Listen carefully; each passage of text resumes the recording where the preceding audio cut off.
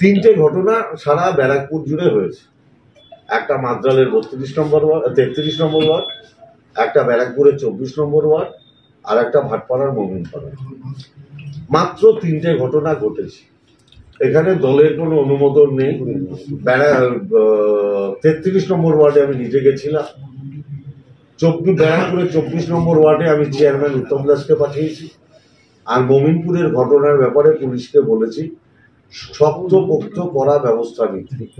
এটা নিয়ে গতকাল আমার chief election agent Sourav Singh রাত্রে ফোন করে, রাত্রেই আমি পুলিশকে বলি কড়া ব্যবস্থা নিতে হবে। অতএব আপনারা দেখতে থাকুন ফোর্ট কোনো ঘটনা ঘটে কিনা। ঘটবে না। আমি অর্জুন সিং না, আমি পার্থভূমি বলেছি, যখন গুন্ডারাজ খতম হবে তখন খতম হবে।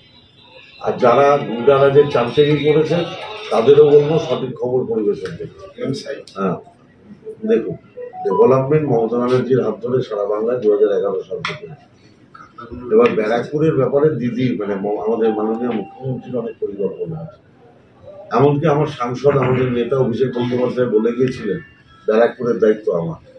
অতএব ব্যারাকপুর নিয়ে মানুষের কাছে যা যা প্রতিশ্রুতি দিয়েছিল, যেগুলো আমার নিজের ক্ষমতার মধ্যে, এডুকেশনাল হাব কিংবা ধরুন এই গুন্ডারাজ খতম করা প্রশাসনকে দিয়ে, এগুলো আমি নিশ্চিতভাবে বাস্তবায়িত করব।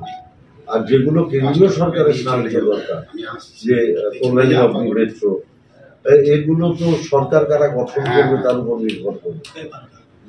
সেখানে যদি কেন্দ্রীয় সরকারের সহযোগিতা পায় নিশ্চিতভাবে উন্নতি করবে। আর একটা জিনিস জেনে যান, গোলগড় হাসপাতাল আর নৈহাটি হাসপাতালে প্রভূত উন্নতি হবে আগামী 2 বছরের মধ্যে। অনেক মানুষ তারা গুন্ডারাজ খতম চেয়েছিল, তারা চেয়েছিল মস্তানি বন্ধ হোক, ব্যবসায়ীদের উপর জুলুম বন্ধ হোক, বিভিন্ন জায়গায় তোলাবাজি বন্ধ হোক, সমস্ত কলকারখানায় সঞ্জয় সিং প্রমোদ সিংকে পাঠিয়ে দিয়ে অর্জুন সিংয়ের তোলাবাজি বন্ধ হোক। আমি আপনাদের মাধ্যমেই বলছি, যারা এরপরে মিলে গিয়ে তোলাবাজি করে শ্রমিকদের দুর্দশার মধ্যে ফেলবে তাদের স্থান গারদে হবে। সঞ্জয় সিং প্রমোদ সিংকে বলে দেবে